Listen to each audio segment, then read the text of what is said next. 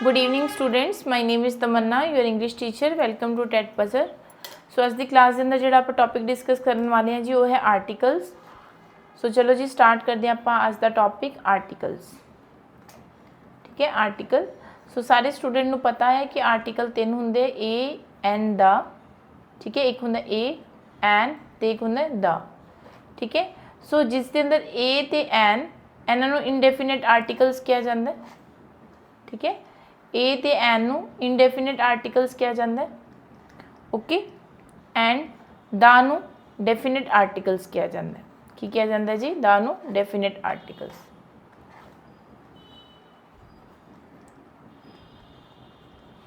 सो इसका मतलब की है डेफिनेट तो इनडेफिनेट आर्टिकल्स का मतलब की है? डेफिनेट आर्टिकल्स जिहड़े हुंदे है, ठीक है, डेफिनेट आर्टिकल्स यानी कि द। ठीक है, इसका मतलब की हुंदा है? It point out, A point out करता है, point out a particular place. Particular का मतलब होंगे विशेष। ए पार्टिकुलर प्लेस किसी विशेष जगह नू, किसी विशेष चीज़ नू, a particular place, a particular thing and a particular person, जिस दे बारे आपां नू ऑलरेडी पता होवे उस दे बारे आपां नू जानकारी दिंदा है। So it point out a particular place, thing and person, वो होंगे डेफिनेट आर्टिकल्स। तो इनडेफिनेट आर्टिकल्स की होंगे? Indefinite articles does not like a an. ठीक है, a an does not point out a particular place. A point out नहीं करते किसी भी पार्टिकुलर प्लेस नू, या फिर किसी भी पार्टिकुलर चीज़ नू, या फिर किसी भी पार्टिकुलर परसन नू। ठीक है, मतलब ये पार्टिकुलर विशेष चीज़ों के बारे जो आप दसते तो आप दा यूज़ करते हैं, तो ए एन जोड़ा होंगे पार्टिकुलर परसन, प्लेस या थिंग नू पॉइंट आउट नहीं करते या उसनों नहीं दर्शाते। ठीक है जी, समझ आ गया? चलो जी, सिर्फ ये समझना है कि द डेफिनेट आर्टिकल है तो एन इनडेफिनेट आर्टिकल है। ठीक है, चलो हुण आप सीखांगे कि यूज़ ऑफ ए ते एन। सब तो पहला आप यूज़ ऑफ ए ते एन, ए ते एन का यूज़ सीखते हाँ। उस तो बाद आप द यूज़ सीखांगे कि द यूज़ कित्थे कित्थे करते हैं, द आर्टिकल का यूज़। सब तो पहला जी यूज़ ऑफ ए। ठीक है, ए और एक है अपने को आर्टिकल एन, कि ए कित्थे लगता है तो एन कित्थे लगता है। ठीक है, तो सब तो पहला जी ए लगता है कॉन्सोनेंट,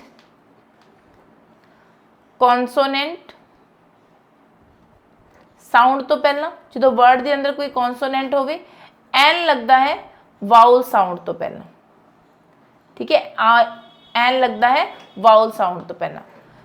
कॉन्सोनेंट साउंड तो अपना मतलब है अगर तुहाडा जिहड़ा वर्ड है, ठीक है, अगर जो वर्ड है वो कॉन्सोनेंट साउंड तो स्टार्ट हो रहा है।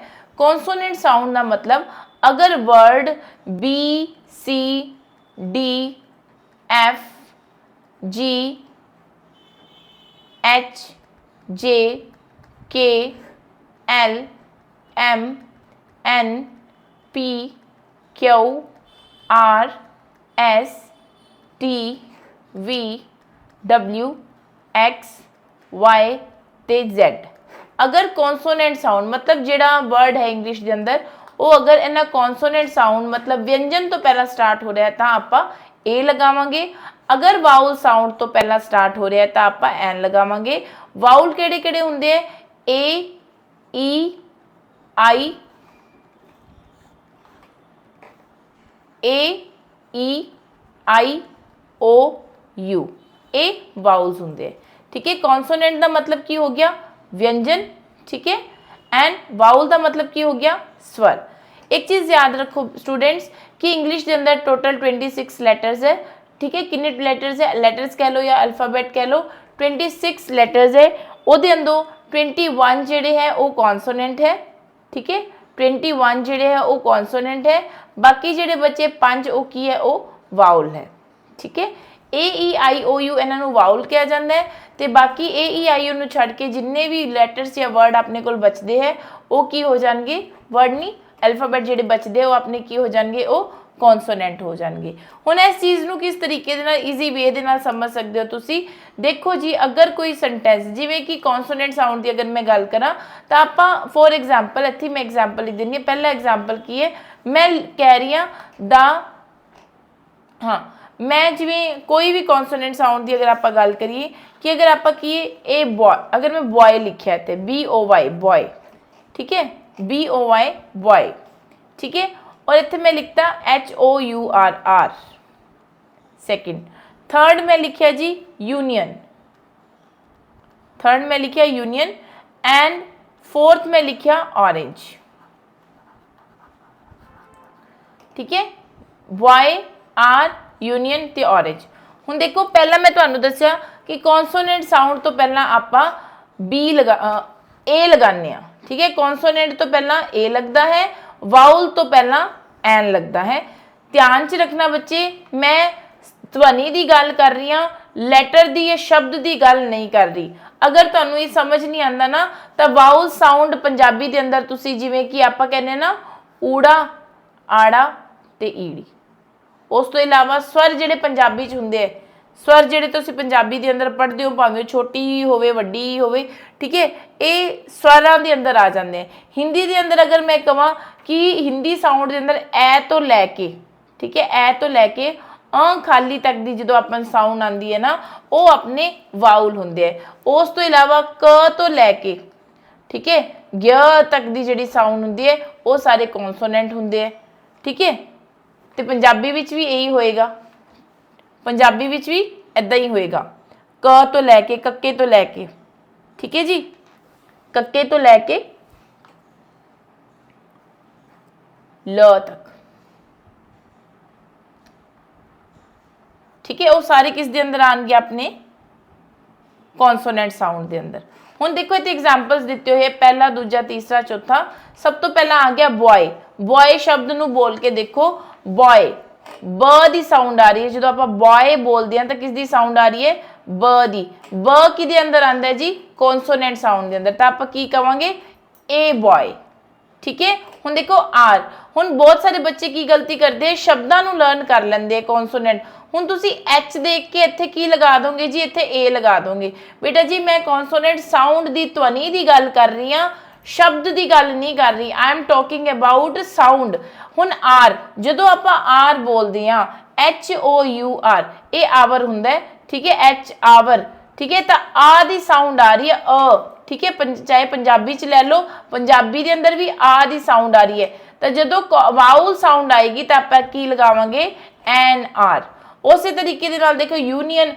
हुण यूनियन बच्चे की करते यू देख के कि यू तो जी हुंदा है अपने कोल वाउल। बेटा वाउल साउंड जदों यूनियन वर्ड बोलिया जाता है तो यूनियन करके वर्ड बोलिया जाता है, यूनियन। य कि दे अंदर आंदा है जी, य आंदा है कॉन्सोनेंट दे अंदर, य आंदा है व्यंजन दे अंदर, ठीक है। य कि दे अंदर आंदा है, व्यंजन दे अंदर आंदा है, तो आप ए यूनियन लिखांगे। उस तरीके दे नाल देखो ऑरेंज।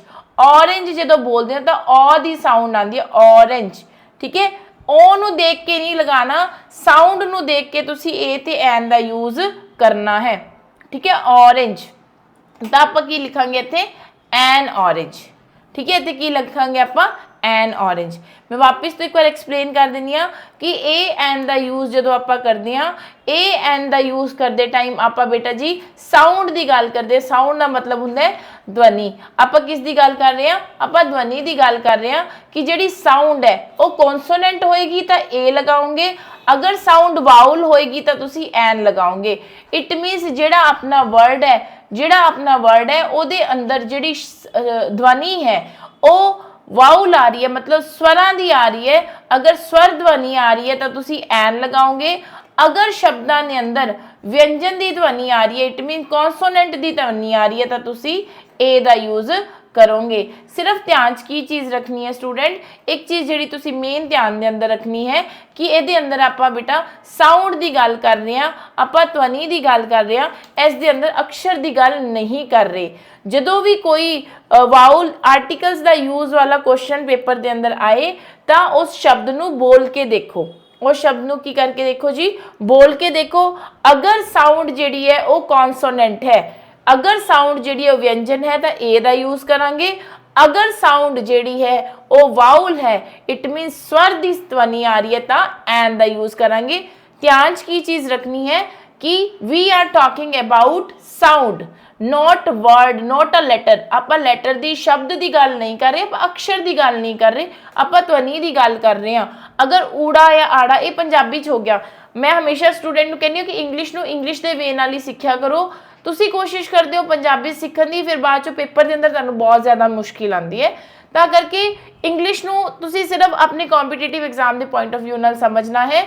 ਤਾਂ ਇਹ ਚੀਜ਼ ਸਮਝ ਲਓ ਕਿ ਅਗਰ ਸਾਡਾ ਜਿਹੜਾ ਅਕਸ਼ਰ ਹੈ ਉਹ B C D F G H J K L M N P Q R S T V W X Y Z ਨਾਲ ਸਟਾਰਟ ਹੋ ਰਿਹਾ ਹੈ, ਸਾਊਂਡ ਜਿਹੜੀ ਹੈ ਠੀਕ ਹੈ, ਸਾਊਂਡ ਅਗਰ ਇਹਨਾਂ ਦੀ ਆ ਰਹੀ ਹੈ ਬ ਦੀ, ਕ ਦੀ, ਡ ਦੀ, ਫ ਦੀ, ਤਾਂ ਇਹ ਆਏਗਾ।